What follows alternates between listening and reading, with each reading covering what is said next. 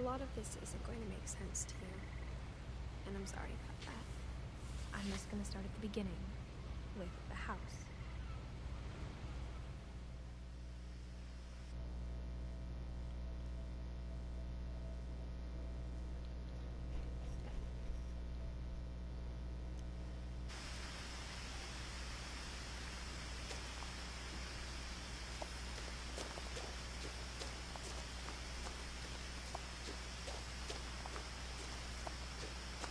I lived here until I was 11, but I wasn't allowed inside half the rooms.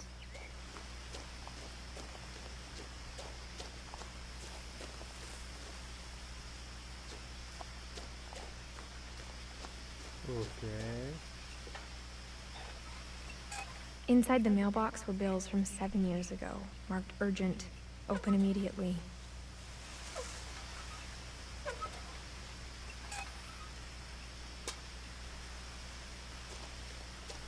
I hadn't been back since my brother Lewis's funeral.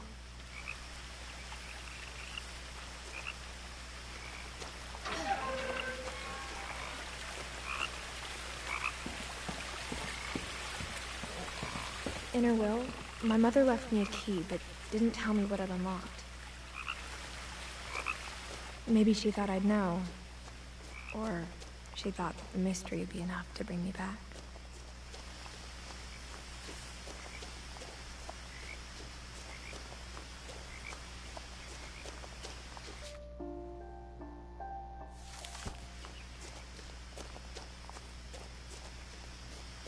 No one had driven this way in a long time, but I saw a few hoof prints.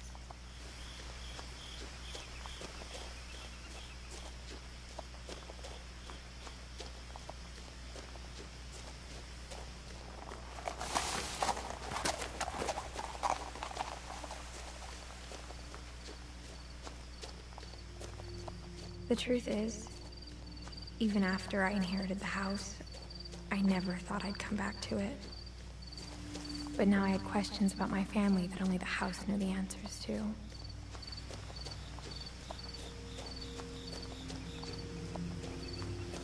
The house was exactly like I remembered it, the way I'd been dreaming about it.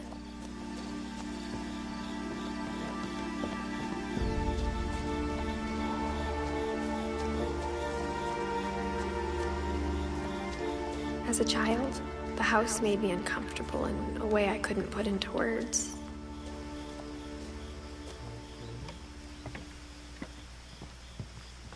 Now, as a 17-year-old, I knew exactly what those words were. I was afraid of the house.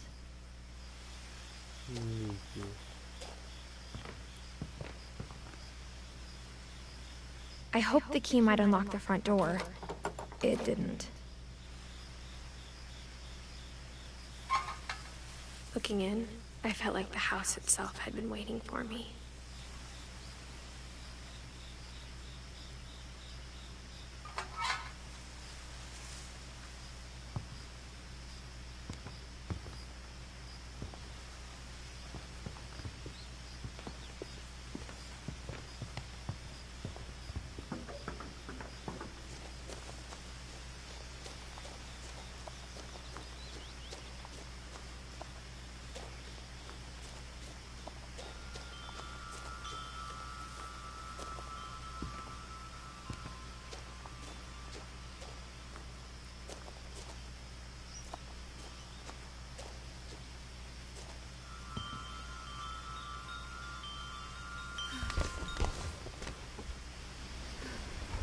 Crawling through the doggy door used to be a lot easier when I was 11.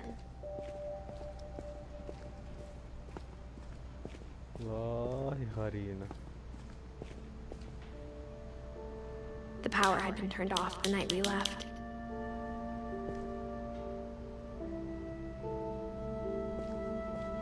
For the first time in years, I felt like I was home.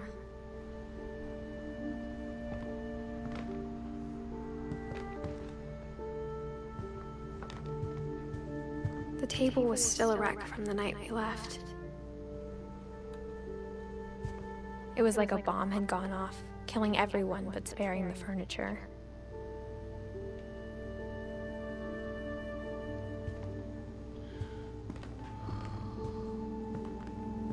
Nothing in the house looked abnormal. There was just too much of it, like a smile with too many teeth. Even the fireplace had a story. Edie told me the bricks came from the original house, after it sank.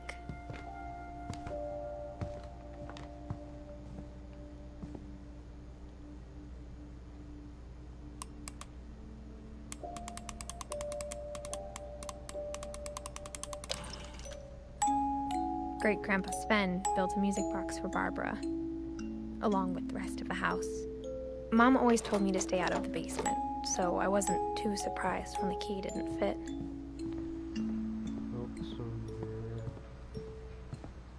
My mom wasn't much of an optimist, but she never stopped believing that my brother Milton was alive.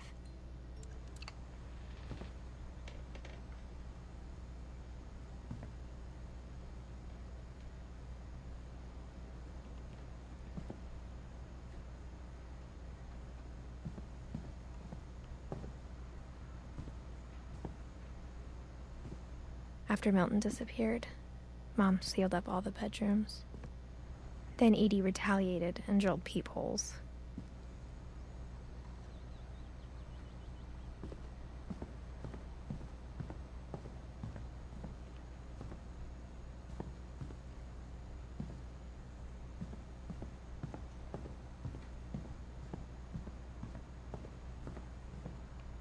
Whenever people ask me about my family, the first thing they always want to know about is Barbara.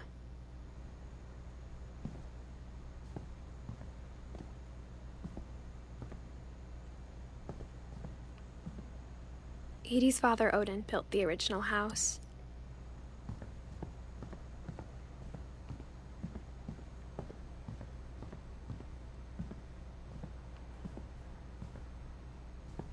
Okay. I spent a lot of time playing in Great Uncle Walter's room. Lewis told me there were secret passages, but I never believed him.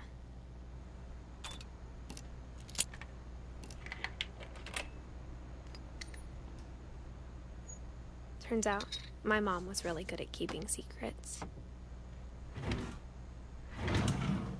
Now it was time to find out what my mom had been afraid of. ايوه.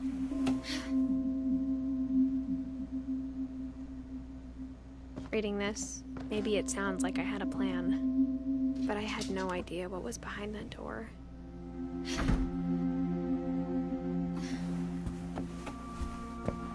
Just like I had no idea where all this was gonna lead. I grew up looking at Molly's room through the peephole. Molly's gerbil had a tiny bedroom with its own even tinier gerbil cage.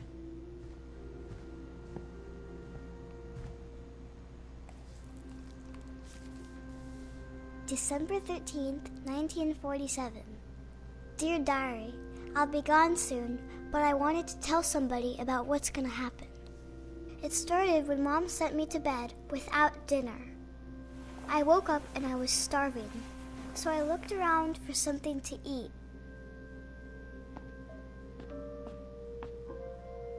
The gerbil food was dry, but I didn't mind it.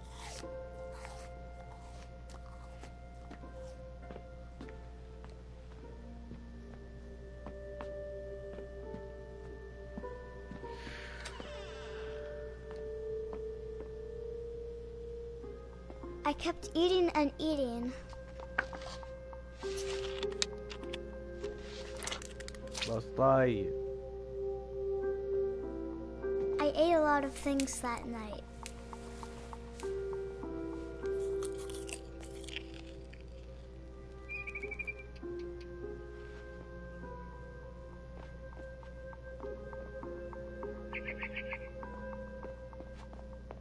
Then I heard chirping outside my window. It was a barn swallow going back to her nest. I reached out for her.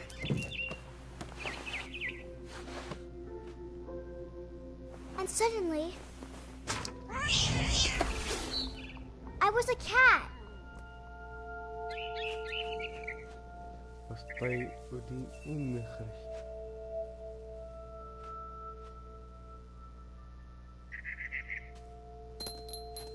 tried to be quiet, but the bird was really scared.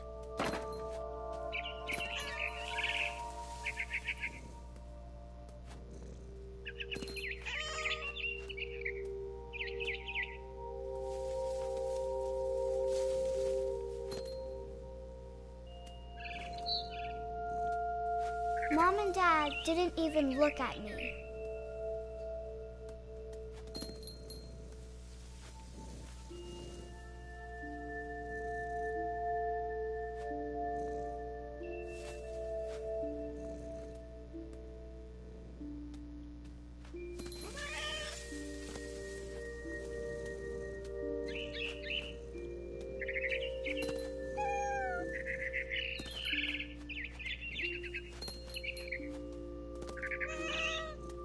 The babies were all gone.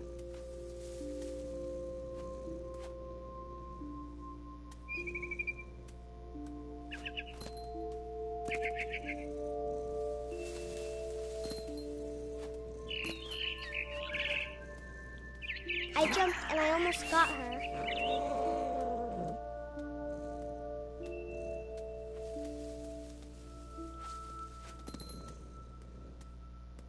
I could tell she was getting really tired.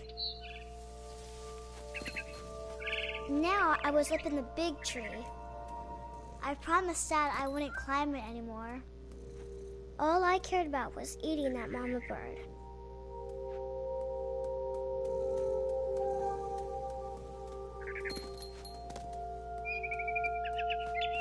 I gobbled her up. And suddenly, I was an owl. First, all I heard was the wind. Then I heard little teeth nibbling in the grass.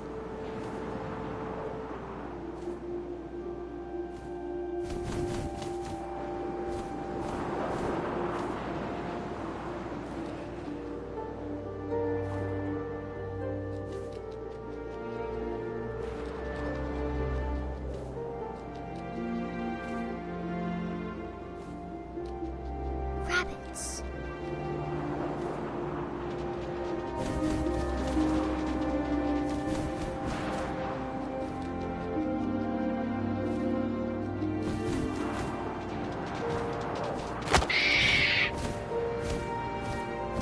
I imagined his face looking up and seeing mine through my talons.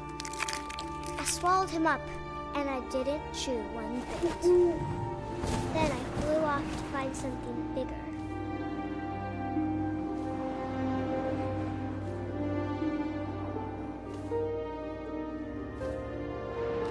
A mama rabbit.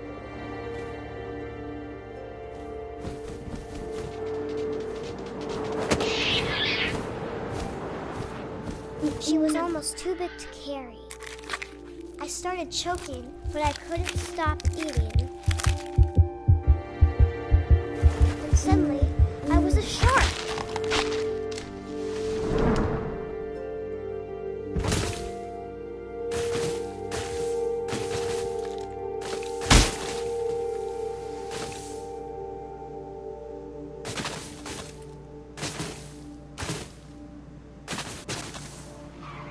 I rolled off a cliff and into the ocean. Now, I was hungrier than ever.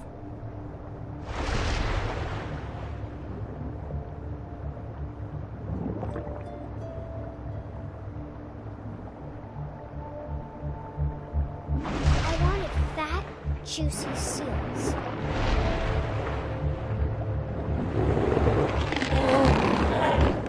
I tore off her flipper, and it tasted really good.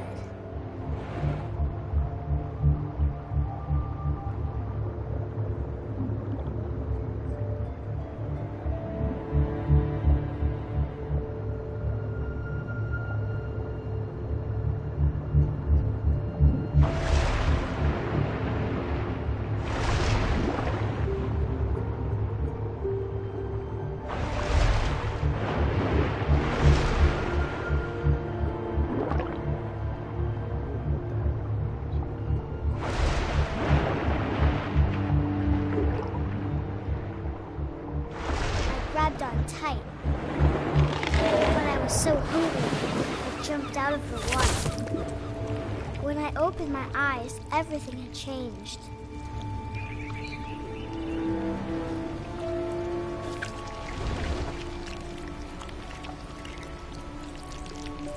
Now I was a monster, and I smelled people everywhere.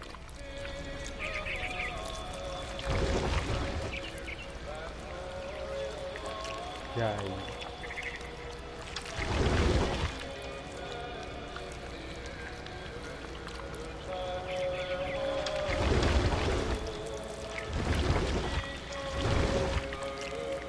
I was big, but I moved real quiet.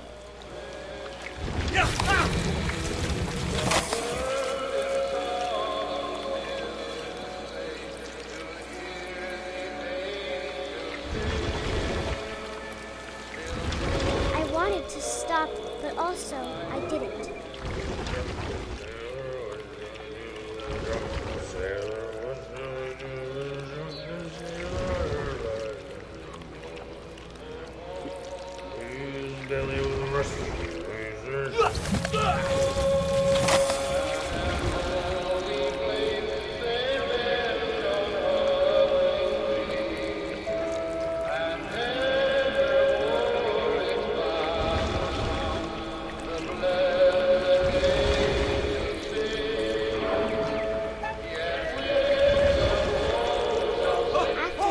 Passenger, I was still hungry.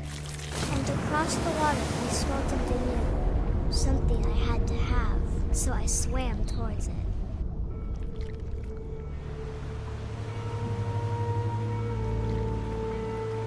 I slithered onto the sand, and the good smell went into an old pipe.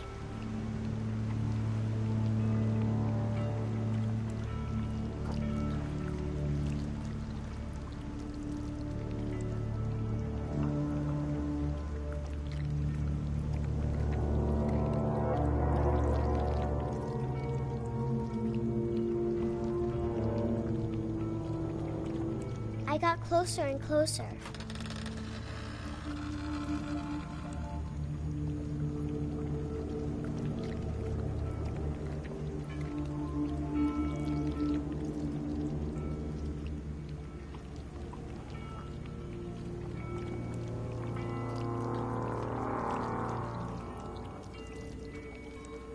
All of my stomach started growling.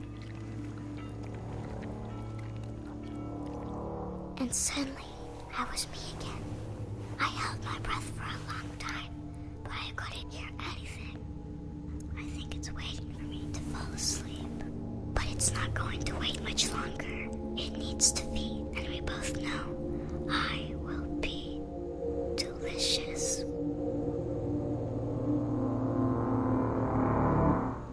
يا ساتر.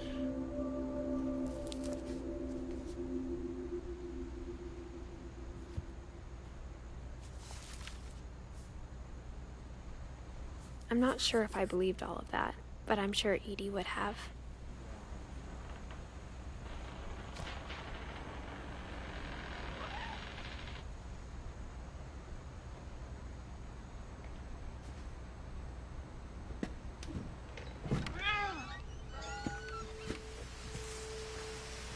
This will be obvious later, but my mom never told me any of these stories.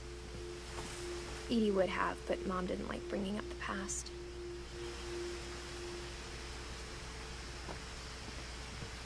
Though, when we adopted a stray kitten, she was the one who named it Molly. I spent a lot of time in Great-Grandma Edie's room. Her room was like a museum. For 500 years, the Finches have been famous throughout Norway for their fortune. And misfortune. Odin Finch buries the latest victims of the family curse, his wife Ingeborg and their newborn son, Johan. On January 7th, 1937, he set sail with his family and his house, hoping to leave the curse behind. But 40-foot waves off the coast of Washington send the house and Odin to the bottom of the sea. Odin's daughter Edie, with husband Sven and baby Molly, step ashore on their new home, Orcas Island. Odin Finch is the first to be buried in the new family cemetery. His daughter Edith is already dreaming of a new Finch house.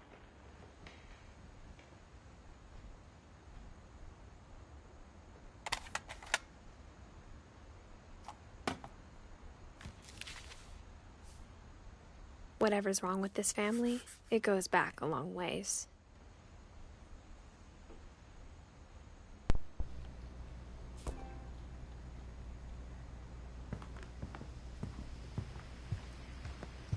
When Edie told people Sven was killed by a dragon, she could also have said he was building a dragon-shaped slide that collapsed.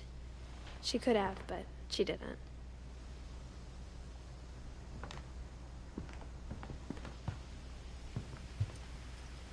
Edie gave a big interview about a mole man living under the Finch house.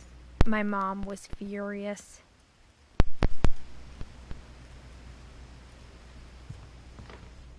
I hadn't thought of myself as Edith Jr. for a long, long time. One summer, they evacuated the island, but Edie refused to go. For a few weeks, she was a celebrity.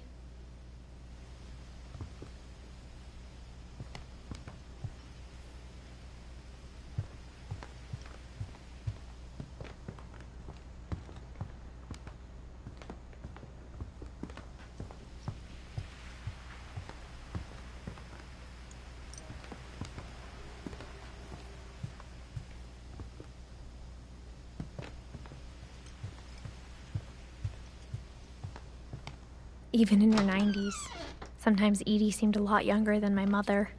The only trace Grandpa Sam's first wife, Kay, left on the house was the pink bathroom. It was a pretty big trace.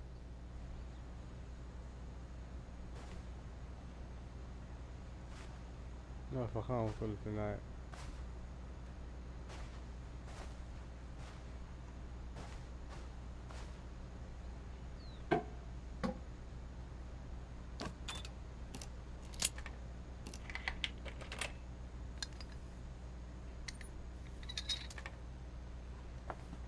There's a secret in this bathroom.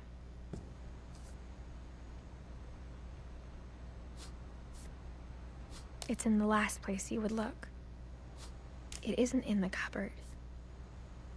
It's hidden in this book. Okay.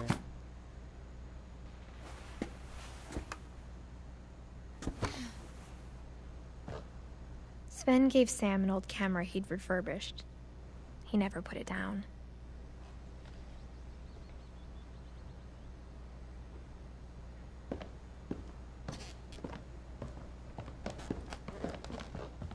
From the paintings on the wall, it was clear my brother Milton had been here before me.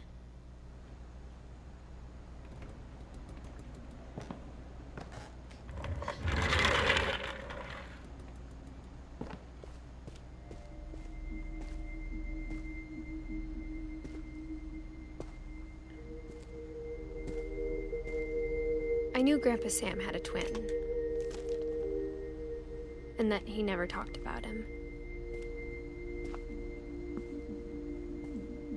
I guess my grandpa didn't like history any more than my mom did.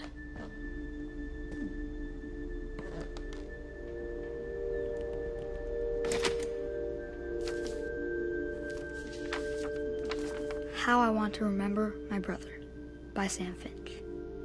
The thing I remember is that when he made up his mind, that was it.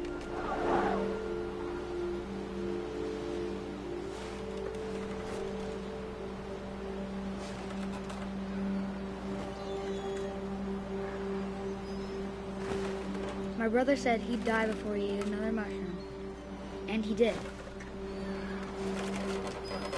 At Barbara's funeral, we swore he'd never be afraid again, and he wasn't. I think Calvin always wanted to fly. Sam! Calvin! Dinner's ready! Coming! But that day, he finally made up his mind to do it. I told him going around was impossible. Allah. فجأة يعني. Maybe if I hadn't said that.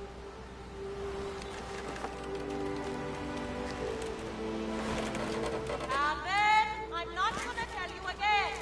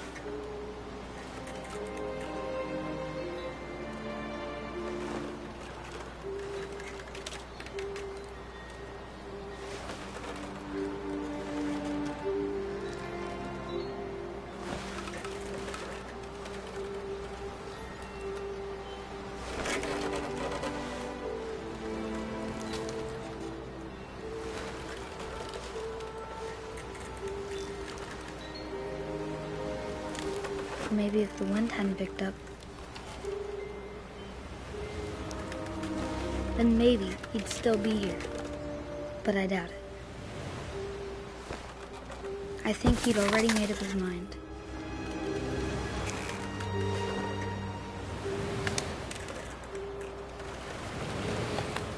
That's what I want to remember about my brother.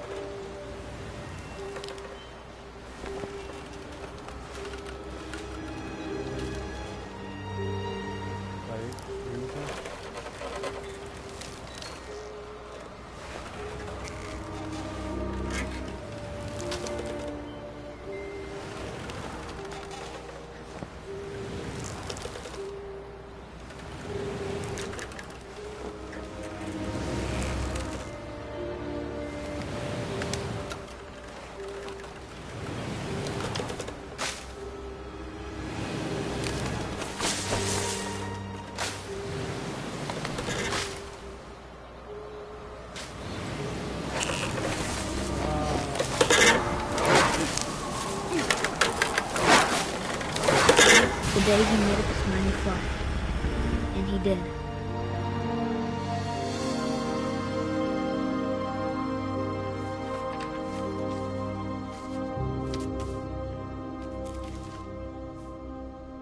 Calvin's story felt strangely familiar. When I was younger, I remember trying to do the exact same thing.